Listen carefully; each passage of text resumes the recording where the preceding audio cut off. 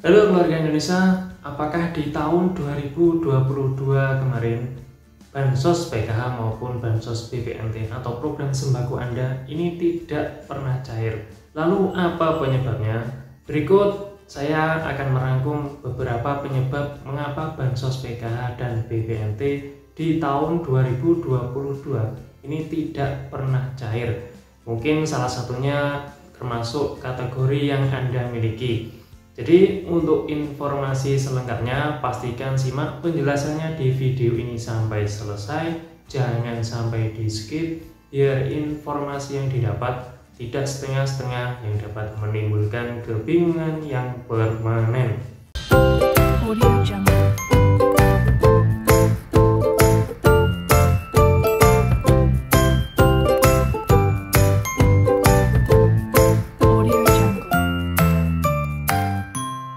Halo keluarga Indonesia, Assalamualaikum warahmatullahi wabarakatuh. Salam sejahtera bagi kita semua.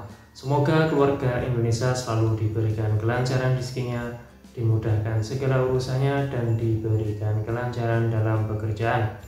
Keluarga Indonesia, kembali lagi di channel Kak Blangkon Cek Bansos dan halaman info Bansos PKH dan BPNT. Ada beberapa hal yang menyebabkan Bansos PKH dan Bansos BPNT atau program sembako di tahun 2022 kemarin ini banyak yang tidak cair. Jadi bagi KPM PKH maupun KPM BPNT atau program sembako ini wajib tahu apa alasan atau penyebab Bansos PKH maupun BPNT selama tahun 2022 ini tidak pernah cair. Faktor atau penyebab Bansos PKH dan BPNT yang pertama, mengapa tidak cair di selama tahun 2022? Yang pertama adalah karena pemilik rekening KKS tersebut meninggal dunia. Otomatis bagi KPM PKH maupun KPM BPNT yang dinyatakan meninggal dunia, otomatis akan ditutup rekeningnya oleh Kementerian Sosial maupun Bank Banyalur. Kemudian faktor yang kedua ini adalah exclude ketidaklayakan daerah. Exclude ketidaklayakan daerah ini bisa dikarenakan mungkin karena KPM tersebut dinyatakan sudah mampu sehingga tidak layak lagi untuk mendapatkan bansos baik PKH maupun bansos program sembako atau juga bansos-bansos yang lainnya dari Kementerian Sosial. Kemudian faktor yang ketiga ini adalah exclude pekerjaan, di mana exclude pekerjaan ini karena KPM PKH maupun KPM program sembako atau BPNT terdeteksi sebagai anggota TNI Polri, kemudian terdeteksi sebagai karyawan BUMN, kemudian terdeteksi sebagai PNS, atau mungkin terdeteksi sebagai anggota DPRD dan lain-lainnya. Jadi exclude pekerjaan ini menyangkut pekerjaan dari KPM tersebut. Untuk yang keempat yaitu exclude dapodik. Exclude dapodik ini khusus bagi KPM PKH yang memiliki komponen atau kategori anak sekolah. Jadi bagi KPM yang mungkin anak sekolahnya baru masuk di tingkat jenjang SD maupun SMP dan SMA, ini pastikan data dapodik anak Anda ini sudah terdaftar di data dapodik sekolah tersebut. Jadi data PKH sekarang sinkron dengan data dapodik. Otomatis bagi KPM PKH yang memiliki kategori anak sekolah, ini datanya harus padan dengan data dapodik. Jika tidak padan, otomatis KPM tersebut dinyatakan tidak memiliki kategori anak sekolah.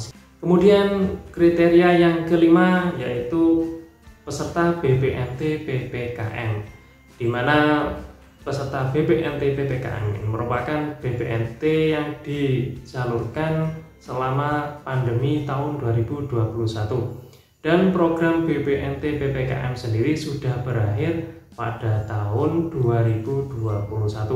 Otomatis di tahun 2022 ini tidak ada pencairan bansos BPNT bagi KPM program BPNT PPKM.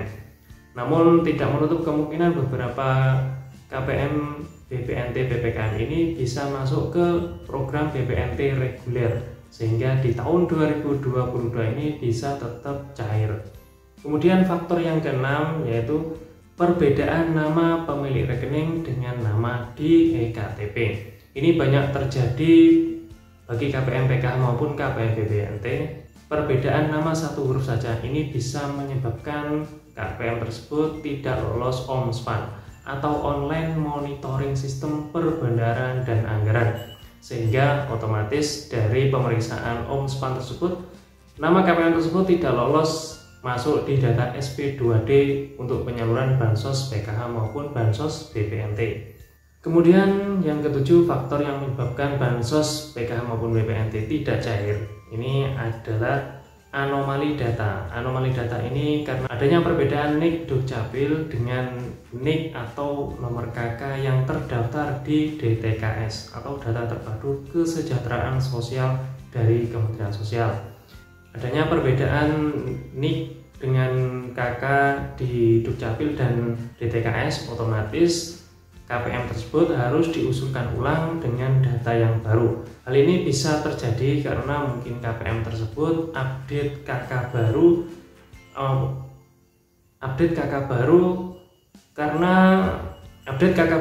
sehingga nomor KK tersebut berubah yang terdaftar di Dukcapil, kemudian di data DTKS-nya ini masih nomor KK yang lama, sehingga KPM tersebut terdeteksi tidak terdaftar di DTKS. Kemudian faktor yang ke-8 ini adalah KPM tersebut atau kepala keluarga KPM tersebut usianya di bawah 40 tahun.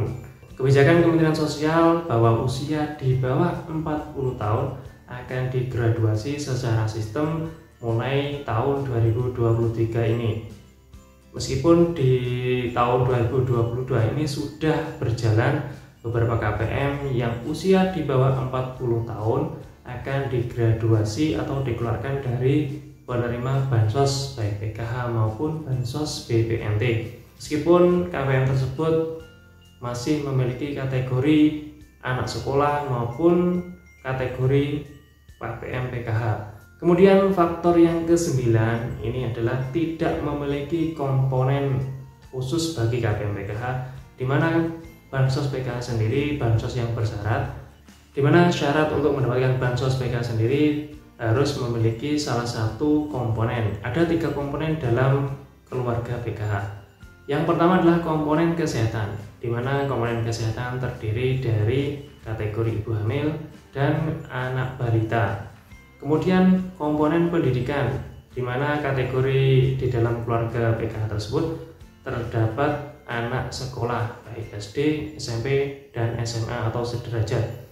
Kemudian komponen yang ketiga yaitu komponen kesejahteraan sosial, di mana komponen kesejahteraan sosial terdiri dari kategori lansia, usia di atas 60 tahun, dan disabilitas berat. Jadi itulah informasi singkat dari saya bahwa ada beberapa rangkuman mengapa bansos PKH maupun bansos BPNT selama tahun 2022 tidak pernah cair, di mana di dalam rangkuman tersebut ada 9 kategori yang menyebabkan bansos PKH dan BPNT di tahun 2022 tidak cair. Yang pertama yaitu pemilik rekening meninggal dunia. Kemudian yang kedua eksklud ketidaklayakan daerah. Kemudian yang ketiga eksklud pekerjaan. Kemudian yang keempat eksklud dapodik bagi KPM PKH. Kemudian yang kelima peserta BPNT PPKM, di mana BPNT PPKM sudah berakhir pada tahun 2021. Kemudian yang keenam adalah perbedaan nama pemilik rekening dengan nama di eKTP.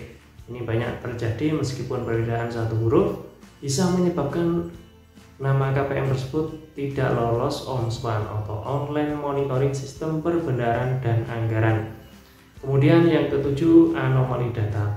Ini bisa dikarenakan perbedaan NIK yang ada di Dukcapil dengan NIK yang terdaftar di DTKS, sehingga otomatis adanya anomali ini bansos PKH maupun BPNT tidak bisa cair.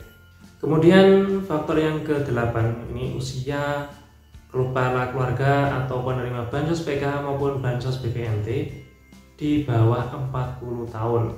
Jadi otomatis bagi KPM PKH maupun KPM BPNT yang usia di bawah 40 tahun akan digraduasi secara sistem.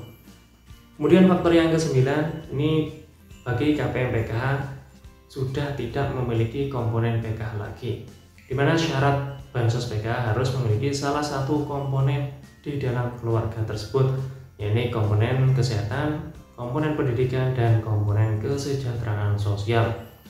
Demikian informasi singkat dari saya, mudah-mudahan informasi ini bermanfaat. Sampai ketemu di informasi berikutnya. Wassalamualaikum warahmatullahi wabarakatuh.